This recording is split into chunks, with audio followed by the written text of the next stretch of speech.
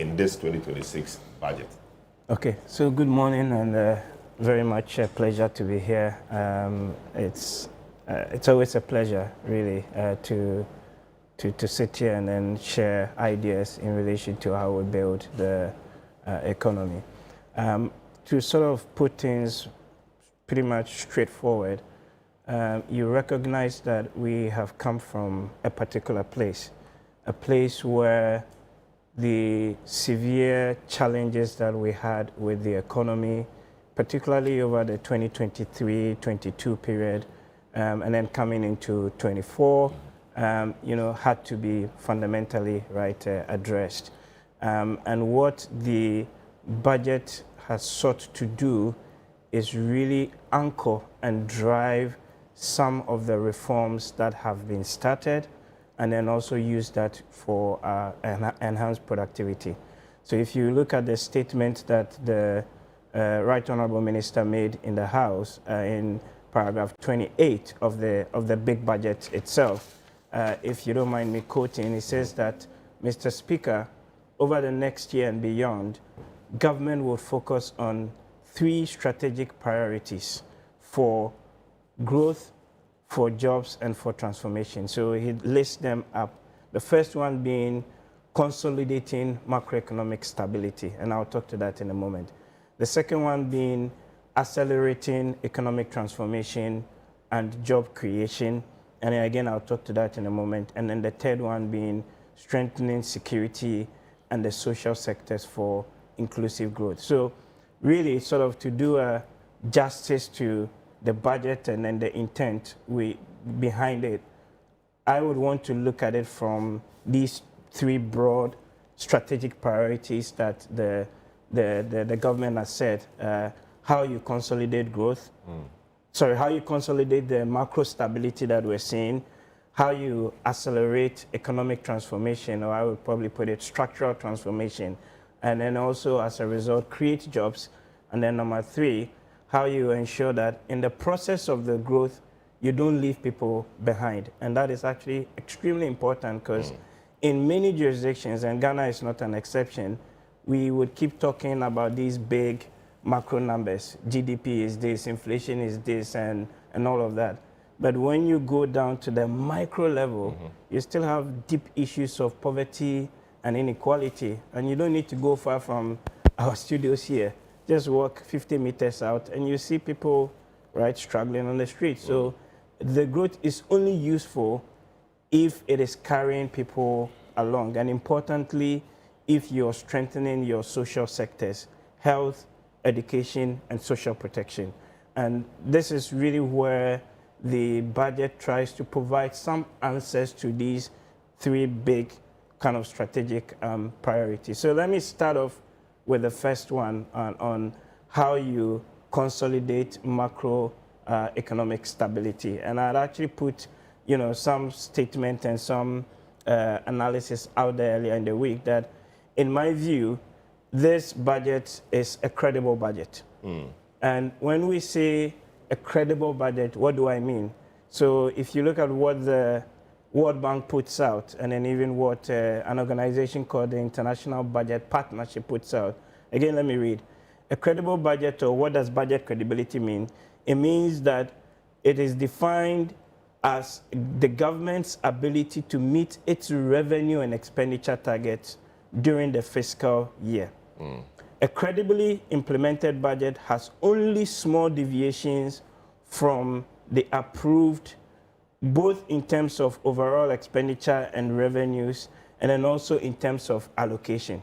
So 2 things there.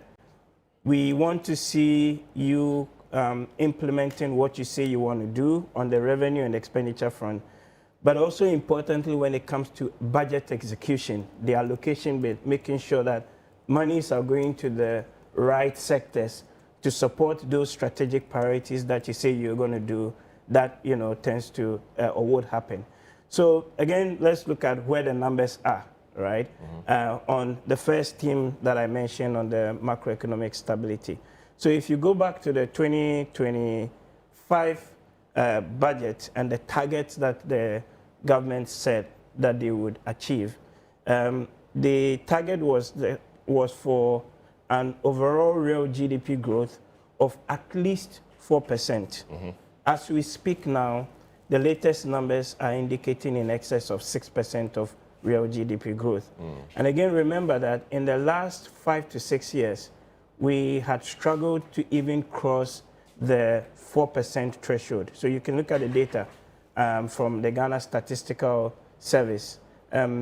Pre-pandemic, we would have been doing on average around 6 to 7%. And I had done some analysis that shows that for Ghana to become an upper middle income economy, right? In other words, to be doing per capita GDP in excess of about $4,000, right, dollars, your economy is going to grow consistently at 7% year on year without any deviation, right? And because of the pandemic, Russia, Ukraine, and all the other things that we've had, that growth prospects, and then also, of course, the fiscal mismanagement and the issues that we saw, the growth prospects has been dampened. So this is really the first time that you're seeing that trend that used to be pre-pandemic beginning to go up. And then in the specific interventions that the 2026 budget wants to address, you're going to see that anchor and drive the growth even better and beyond. And we can debate that going forward.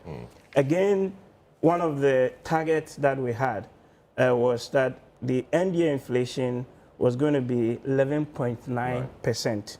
So the Bank of Ghana has a target of 6 to 10%, right? And even me, if you asked me 2 years ago, were we going to have inflation now in excess, in around the single digits mark, I would have told you, frankly, no. And I'm sure many market analysts would have told you that that was going to be quite difficult to achieve. But we actually have had a process of continued disinflation to the point that we're now around the 9%, and some of the forecasts that I have seen indicates that you probably may even end the year around the 7 to kind of 8% mark. So that is bang within the target that the central bank has set to allow you to effectively conduct monetary policy under the inflation targeting framework, right, that they are implementing. Again, let me mention two other indicators. Let me deal with the issue about inflation first. You continue to do the other ones. But at what cost? Amin Adam, former finance minister, addressed the press, and he says that government is taking out about 60 billion from the market, by way of liquidity mop-up. So there's tightening. I mean, there's no money in the system. People are struggling, and you say inflation is single digit. At what cost? How does the average person benefit from all of that? Oh, the average person is benefiting from the prices at the pumps. So a few months ago when I came in town, I was buying petrol, filling my tank for around 800 cedis. So this is a 1.6 liter Toyota Corolla, right? Now I can fill that tank for 550 cedis thereabouts. So you can see the benefit. Prices of foods on the market, not just in terms of the inflation data that the Statistical Service collects.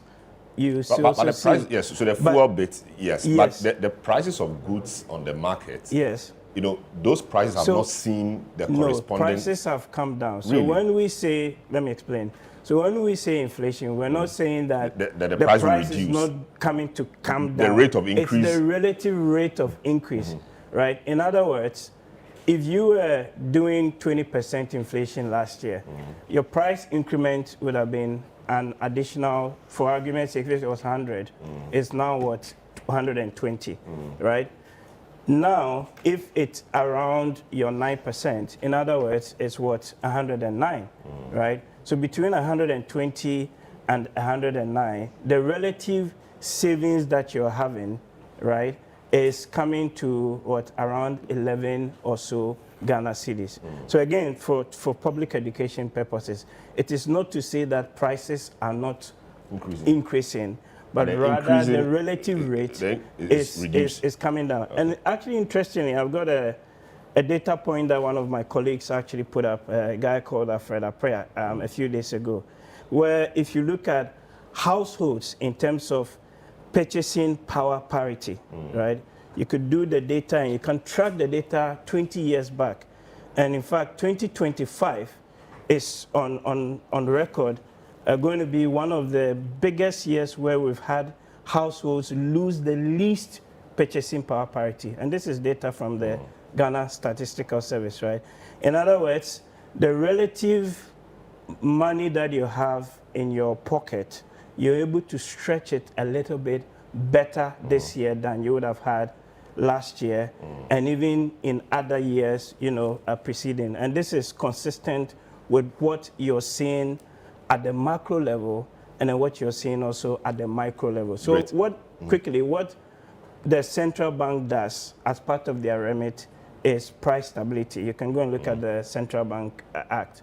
What had been the issue in the past had been that, okay, some of the conduct and the things they do in relation to what you call the open market operations, and Uncle Toma can explain even this more, that it was not too visible.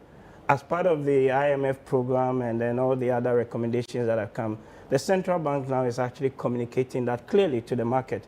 So there's an expectation gap that is being met in terms of what they're going to be putting out to the market in terms of the forex intervention or supply on a weekly, and then also on a monthly or so, right, basis. So the key thing I think for me is whatever the central bank is doing, one, are we still maintaining the targets that we have, one, in terms of inflation, but importantly, also on the reserve position, right? So we have or had a target of reserves under this, the IMF program of at least 3 months or so of import cover. As we speak, it's in excess of 4 months. So it's really, there are trade-offs, as we say in economics. You have to make some decisions. But the bottom line is that what you're seeing now from these macro indicators, whether it is growth or inflation or any of the other things, it's not just sitting at the macro level. You can feel it within the pockets of ordinary Ghanaians. Great. So that's basically the first bit that I mentioned on the macro transformation as part of the first. The consolidating macroeconomic stability. Yes, and then there's two other bits which relates to. So we'll deal with the issue of jobs and the two other ones a bit later. Let me